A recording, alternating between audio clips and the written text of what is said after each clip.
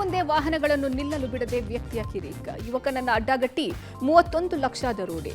BWSSB ನಿರ್ಲಕ್ಷ್ಯಕ್ಕೆ ಬಲಿಯಾದ್ನ ಬಾಲಕ. ನಟ ಯಶ್ ತಾಯಿ ಸೈಟ್ ಗಲಾಟೆ ಮತ್ತಷ್ಟು ತೀವ್ರ. ಗದಗದ ಸೂಡಿ ಗ್ರಾಮದಲ್ಲೂ ಇದ್ಯಾ ನಿಧಿ. ಗಾಳಿಪಟದ ದಾರದಿಂದ ವ್ಯಕ್ತಿಗೆ ಗಂಭೀರ ಗಾಯ. ಉದ್ಯಮಿ ಮನೆಯಲ್ಲಿ 18 ಕೋಟಿ ದರೋಡೆ ಪ್ರಕರಣ. ನೇಪಾಳಿ ಗ್ಯಾಂಗ್ಗೆ ಬಲೆ ಬೀಸಿದ ಪೊಲೀಸರು. ಆಟೋ ನಿಲ್ಲಿಸೋ ವಿಚಾರಕ್ಕೆ ಗಲಾಟೆ, ಕೊಲೆಯಲ್ಲಿ ಅಂತ್ಯ. ಇದೆಲ್ಲದರ ಮಾಹಿತಿಯನ್ನ ನೋಡ್ತಾ ಹೋಗೋಣ ಕರ್ನಾಟಕ ಟಾಪ್ 20ಯಲ್ಲಿ.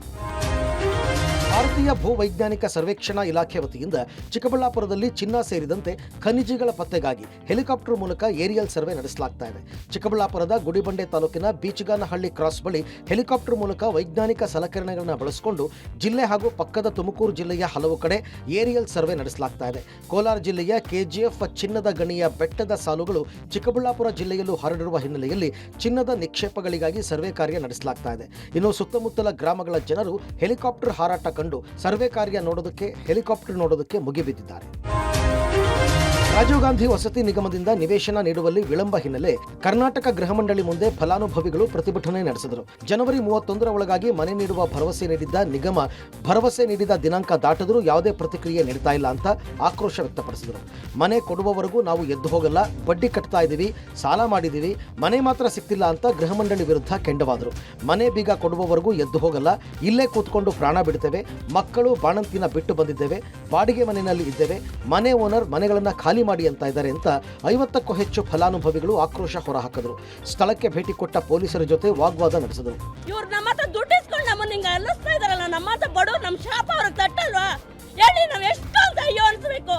ನಮಗೂ ಸಾಕಾಗ್ಬಿಟ್ಟಿದೆ ಓಡಾಡಿ ಕಮಿಷನ್ ಅವನು ಭ್ರಷ್ಟ. ಅವನು 1 ಕೋಟಿ ಲಂಚ ಆಗ್ಬೇಕಂತ ಅವನಿಗೆ. ಇದ್ರಾಗ 550 ಜನಕ್ಕೆ 550 ಜನ ಅಷ್ಟು ಲಂಚ ರೀಚ್ ಆಗೋವರೆಗೂ ನಮ್ಗೆ ಕೆಲಸ ಮಾಡಲ್ವಂತೆ. ನಮ್ ದುಡ್ಡು ಬಂದು 10 ತಿಂಗಳಾಗಿದೆ, ಇನ್ನು 1 ಕೋಟಿ ರೀಚ್ ಆಗ್ಬೇಕು ಅಂತ ಹೇಳ್ತಾನೆ ಅವನು ಭ್ರಷ್ಟ ಕಮಿಷನರು. ಬೆಂಗಳೂರಿನ ಬನಶಂಕರಿಯಲ್ಲಿ ವ್ಯಕ್ತಿಯೊಬ್ಬ ಮನೆ ಮುಂದೆ ವಾಹನಗಳನ್ನು ನಿಲ್ಲಿಸೋಕೆ ಬಿಡದೆ ಕಿರಿಕ್ ಮಾಡಿದ್ದಾನೆ. ಬನಶಂಕರಿಯ ಬನಗಿರಿ ನಗರದಲ್ಲಿನ ಜಾಗದಲ್ಲಿ ನಿನ್ನೆ ಕೂಡ ಈ ವ್ಯಕ್ತಿ ಕಿರಿಕ್ ಮಾಡಿದ್ದಾನೆ. ಈ ರೋಡ್ ನಂದೆ, ಯಾರು ಓಡಾಡಂಗಿಲ್ಲ, ಆಟೋ ಕ್ಯಾಬು ಬರಂಗಿಲ್ಲ, ಫುಡ್ ಡೆಲಿವರಿ ಬಾಯ್ಸ್ ಈ ರೋಡ್ಗೆ ಕಾಲೇ ಇಡಂಗಿಲ್ಲ ಅಂತ ಸಾರ್ವಜನಿಕ ರಸ್ತೆಯನ್ನು ತನ್ನದೇ ರಸ್ತೆ ಅನ್ನುವಂತೆ ಆವಾಜ್ ಹಾಕಿದ್ದಾನೆ. ಈ ಕುರಿತು ಯುವತಿಯೊಬ್ಬರು ದೂರು ಕೊಟ್ಟಿದ್ದಾರೆ. ಸಾಫ್ಟ್ವೇರ್ ಇಂಜಿನಿಯರ್ ಯುವತಿ ಮೇಲೆ ನಿನ್ನೆ ವ್ಯಕ್ತಿ ದರ್ಪ ಮೆರೆದಿದ್ದಾನೆ. ಆಫೀಸ್ನಿಂದ ಆಟೋದಲ್ಲಿ ಬಂದಿದ್ದ ಯುವತಿ ಮನೆ ಮುಂದೆ ಆಟೋ ನಿಲ್ಲಿಸಿದ್ದಕ್ಕೆ ವ್ಯಕ್ತಿ ಅವಾಚ್ಯ ಶಬ್ದಗಳಿಂದ ನಿಂದಿಸಿದ್ದಾನೆ.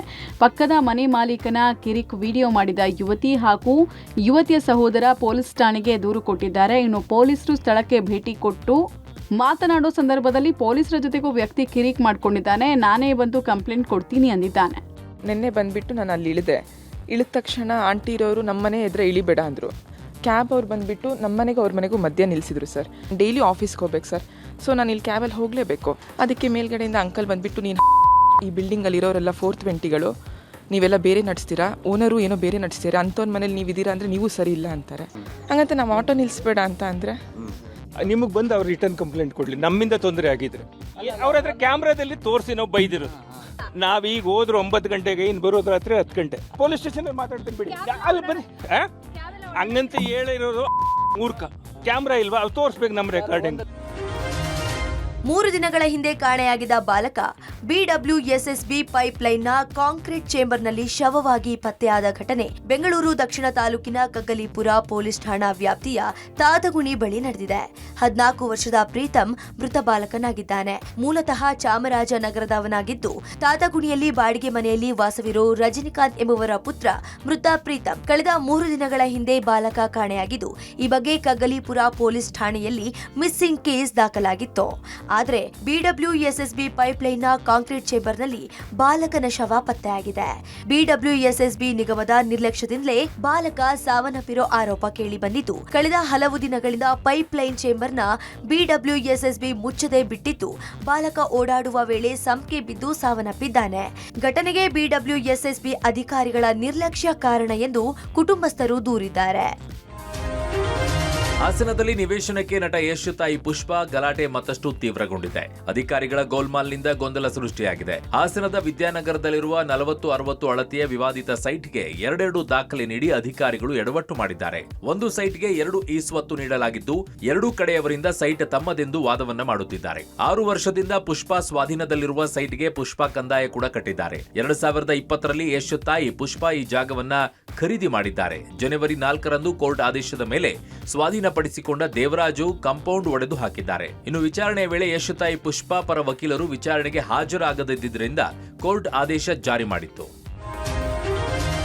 ಗದಗ ಜಿಲ್ಲೆ ಗಜೇಂದ್ರಗಡ ತಾಲೂಕಿನ ಸೂಡಿ ಗ್ರಾಮದಲ್ಲೂ ನಿಧಿ ನಿಗೂಢ ರಹಸ್ಯ ಸಾಕಷ್ಟು ಸದ್ದು ಮಾಡ್ತಾ ಇದೆ. ಸೂಡಿ ಗ್ರಾಮದ ಎಲ್ಲೆಂದರಲ್ಲಿ ನಿಧಿ ಇದೆ ಎನ್ನಲಾಗ್ತಾ ಇದೆ. ಲಕ್ಕುಂಡಿ ಮಾದರಿಯಂತೆ ಅಪರೂಪದ ಐತಿಹಾಸಿಕ ನಾಗ ಶಿಲ್ಪಕಲಾಕೃತಿ ಇಲ್ಲೂ ಇವೆ. ಶ್ರೀ ಬನಶಂಕರಿ ದೇವಸ್ಥಾನದ ಎದುರು 5 ಅಡಿ ಎತ್ತರದ 7 ಹೆಡೆಯ ಅಪರೂಪದ ಶಿಲಾಕೃತಿ ಇದೆ. 10 ರಿಂದ 12ನೇ ಶತಮಾನದ ಮಧ್ಯದ ಶಿಲಾಕೃತಿ ಎನ್ನಲಾಗ್ತಾ ಇದೆ. ನಿಧಿ ಸೂಚಿಸುವ ನಾಗರಕಲ್ಲು ಇದಾಗಿದೆ. ಪಕ್ಕದ ಬಾವಿ ಬಳಿ ಬೃಹತ್ 3 ಹೆಡೆ ಸರ್ಪ, 2 ಹೆಡೆ ಸರ್ಪ ಹಾಗೂ ಲಕ್ಷ್ಮಿಯರ ವಿಗ್ರಹಗಳಿವೆ. ಇನ್ನು ಗದಗ ಜಿಲ್ಲೆಯ ಲಕ್ಕುಂಡಿಯಲ್ಲಿ 15ನೇ ದಿನದ ಉತ್ಖನನ ಕಾರ್ಯ ನಡೆದಿದೆ. ಕಳೆದ 14 ದಿನದ ಉತ್ಖನನದಲ್ಲಿ 45ಕ್ಕೂ ಹೆಚ್ಚು ಪ್ರಾಚ್ಯಾವಶೇಷ ಪತ್ತೆಯಾಗಿದೆ. ಮತ್ತಷ್ಟು ಶಿಲಾಕೃತಿ, ಅಮೂಲ್ಯ ವಸ್ತುಗಳು ಸಿಗುವ ನಿರೀಕ್ಷೆ ಇದೆ. ಲಕ್ಕುಂಡಿ ಐತಿಹಾಸಿಕ ದೇವಸ್ಥಾನಗಳಿಗೆ ಗದಗ ಜಿಲ್ಲಾಧಿಕಾರಿ ಸಿಎನ್ ಶ್ರೀಧರ್ ಭೇಟಿ ನೀಡಿ ಪರಿಶೀಲನೆ ನಡೆಸಿದ್ದಾರೆ. ಇತ್ತೀಚೆಗೆ ಗಾಳಿಪಟದ ದಾರದಿಂದ ಆಗುವ ಅನಾಹುತಗಳು ಹೆಚ್ಚಾಗ್ತಾ ಇದೆ. ಇವತ್ತು ಕೂಡ ಅಂಥದ್ದೇ ಮತ್ತೊಂದು ಘಟನೆ ನಡೆದಿದೆ. ಬೈಕ್ನಲ್ಲಿ ತಗುಲಿದ ಗಾಳಿಪಟ ದಾರವನ್ನು ಬಿಡಿಸೋಕೆ ಹೋದ ಪಾದಾಚಾರಿ ಕಾಲಿಗೆ ಗಂಭೀರ ಗಾಯಗೊಂಡಿರುವ ಘಟನೆ ಆರ್ಟಿ ನಗರದಲ್ಲಿ ನಡೆದಿದೆ. ಬೈಕ್ ಸವಾರನ ಬೈಕ್ಗೆ ದಾರ ಸಿಲುಕಿತ್ತು. ಇದನ್ನು ನಾಗರಾಜ್ ಎಂಬ ಪಾದಾಚಾರಿ ಬಿಡಿಸೋಕೆ ಹೋಗಿದ್ದಾನೆ. ಇದೇ ವೇಳೆ ಕಾರು ಬಂದಿದ್ದು ದಾರವನ್ನು ಎಳೆದುಕೊಂಡು ಹೋಗಿದೆ. ಪರಿಣಾಮ ಆ ದಾರ ಪಾದಾಚಾರಿಯ ಕಾಲಿಗೆ ತಗುಲಿ ಕಾಲಿನ 3 ನರ ಕಟ್ಟಾಗಿದೆ. ಜಿಬಿಎ ಘನತ್ಯಾಜ್ಯ ನಿರ್ವಹಣಾ ಘಟಕದಲ್ಲಿ ಕಸದ ಆಟೋ ಚಾಲಕನಾಗಿರುವ ನಾಗಾರ್ಜುನ್ ಸದ್ಯ ಖಾಸಗಿ ಆಸ್ಪತ್ರೆಯಲ್ಲಿ ಚಿಕಿತ್ಸೆ ಪಡಿತಾ ಇದ್ದಾರೆ. ಭಾರತಹಳ್ಳಿಯ ಉದ್ಯಮಿ ಶಿವಕುಮಾರ್ ಎಂಬುವರ ಮನೆಯಲ್ಲಿ ನಡೆದಿದ್ದ 18 ಕೋಟಿ ದರೋಡೆ ಪ್ರಕರಣಕ್ಕೆ ಸ್ಫೋಟಕ ತಿರುವು ಸಿಕ್ಕಿದೆ. ಈ ದರೋಡೆಯಲ್ಲಿ ನೇಪಾಳ ಮೂಲದ ಗ್ಯಾಂಗ್ ಇರೋದು ಬೆಳಕಿಗೆ ಬಂದಿದೆ. ನೇಪಾಳದ ಈ ಗ್ಯಾಂಗ್ ಸದಸ್ಯರು ಶ್ರೀಮಂತ ಉದ್ಯಮಿಗಳ ಮನೆಗಳನ್ನ ಟಾರ್ಗೆಟ್ ಮಾಡಿ ಮನೆಗೆಲಸಕ್ಕೆ ಸೇರಿಕೊಳ್ತಾ ಇದ್ರು. ಬಳಿಕ ಅಲ್ಲಿನ ಎಲ್ಲಾ ಚಟುವಟಿಕೆಗಳನ್ನ ತಿಳಿದುಕೊಳ್ಳುತ್ತಿದ್ರು. ದರೋಡೆ ಮಾಡುವ ಮುನ್ನದ 1 ತಿಂಗಳಲ್ಲಿ ವೈಯಕ್ತಿಕ ಕಾರಣದ ನೆಪ ಹೇಳಿ ಕೆಲಸ ಬಿಡ್ತಾ ಇದ್ರು. ಕೆಲಸ ಬಿಡುವ ಮುನ್ನ ಇದೇ ಗ್ಯಾಂಗ್ ಇಬ್ಬರನ್ನ ಕೆಲಸಕ್ಕೆ ಸೇರಿಸಿ ಹೋಗಿದ್ರು. ಅದೇ ರೀತಿ ಉದ್ಯಮಿ ಶಿವಕುಮಾರ್ ಅವರ ಮನೆಗೂ ಕೂಡ ಗ್ಯಾಂಗ್ನ ಕಮಲ ಮತ್ತು ದಿನೇಶ್ ಎಂಬುವರನ್ನ ಕೆಲಸಕ್ಕೆ ಸೇರಿಸಿದ್ರು. ಸಮಯ ನೋಡಿ ಈ ಗ್ಯಾಂಗ್ ಉದ್ಯಮಿಯ ಮನೆ ದರೋಡೆ ಮಾಡಿ ಪರಾರಿಯಾಗಿತ್ತು. ಡಿಸೆಂಬರ್ನಲ್ಲಿ ದಿನೇಶ್ ಮತ್ತು ಗ್ಯಾಂಗ್ ಪುಣೆಯಲ್ಲಿ ಶ್ರೀಮಂತ ಉದ್ಯಮಿಯೊಬ್ಬರ ಮನೆಯಲ್ಲಿ ದರೋಡೆ ಮಾಡಿರುವುದು ಪತ್ತೆಯಾಗಿದೆ. ಸದ್ಯ ಈ ನೇಪಾಳ ಮೂಲದ ಗ್ಯಾಂಗ್ ಬಗ್ಗೆ ಮಾಹಿತಿಯನ್ನ ಕಲೆ ಹಾಕಿದ್ದು ಬಂಧನಕ್ಕಾಗಿ ಬಲೆ ಬೀಸಿದ್ದಾರೆ. ಬೆಂಗಳೂರಿನ ನಾಯಂಡಹಳ್ಳಿ ಬಳಿಯ ಅಂಬೇಡ್ಕರ್ ಕಾಲೋನಿಯಲ್ಲಿ ಮನೆ ಬಳಿ ಆಟೋ ನಿಲ್ಲಿಸೋ ವಿಚಾರಕ್ಕೆ ಯುವಕನ ನಡುವೆ ನಡೆದಂತಹ ಗಲಾಟೆ ಸ್ನೇಹಿತನ ಕೊಲೆಯಲ್ಲಿ ಅಂತ್ಯ ಆಗಿದೆ. ಕೊಲೆಯಾದ ಯುವಕನನ್ನ ಗುಣ ಅಂತ ಗುರುತಿಸಲಾಗಿದೆ. ಈತನ ಸ್ನೇಹಿತನಾಗಿದ್ದ ವಿನೋದ್ ಕೊಲೆ ಆರೋಪಿಯಾಗಿದ್ದಾನೆ. ಘಟನೆಯಲ್ಲಿ ಮತ್ತೊಬ್ಬ ಯುವಕ ವೇಲು ಎಂಬಾತನಿಗೆ ಗಾಯಗಳಾಗಿದ್ದು ಆತನಿಗೆ ಚಿಕಿತ್ಸೆ ಕೊಡಲಾಗ್ತಾ ಇದೆ. ಈ ಮೂವರು ಅಂಬೇಡ್ಕರ್ ಕಾಲೋನಿಯಲ್ಲಿ ವಾಸ ಇದ್ರು. 2 ದಿನದ ಹಿಂದೆ ಮನೆ ಬಳಿ ಆಟೋ ನಿಲ್ಲಿಸೋ ವಿಚಾರಕ್ಕೆ ಮೂವರ ನಡುವೆ ಗಲಾಟೆ ಆಗಿತ್ತು. ಇದೇ ಕಾರಣಕ್ಕೆ ಬೈಕ್ನಲ್ಲಿ ಬರ್ತಾ ಇದ್ದ ವೇಲು ಮತ್ತು ಗುಣನನ್ನ ವಿನೋದ್ ಅಡ್ಡಗಟ್ಟಿದ್ದ. ಈ ವೇಳೆ ಮಾತು ಬೆಳೆದು ಇಬ್ಬರಿಗೂ ಚಾಕು ಇರಿದಿದ್ದ. ಗುಣ ಸಾವನ್ನಪ್ಪಿದ್ದು ಗಾಯಗೊಂಡ ವೇಲುವನ್ನ ಆಸ್ಪತ್ರೆಗೆ ದಾಖಲಿಸಲಾಗಿದೆ. ಈ ಮೂವರು ಕೊಲೆ ಪ್ರಕರಣವೊಂದರಲ್ಲಿ ಆರೋಪಿಗಳಾಗಿದ್ರು. ಸದ್ಯ ಬ್ಯಾಟರಾಯನಪುರ ಪೊಲೀಸರು ಭೇಟಿ ಕೊಟ್ಟು ಪ್ರಕರಣ ದಾಖಲಿಸಿಕೊಂಡು ಪರಿಶೀಲನೆ ನಡೆಸಿದ್ದಾರೆ. ತಲೆಮರೆಸಿಕೊಂಡಿರುವ ಆರೋಪಿ ವಿನೋದ್ಗಾಗಿ ಪೊಲೀಸರು ಹುಡುಕಾಟವನ್ನ ನಡೆಸಿದ್ದಾರೆ.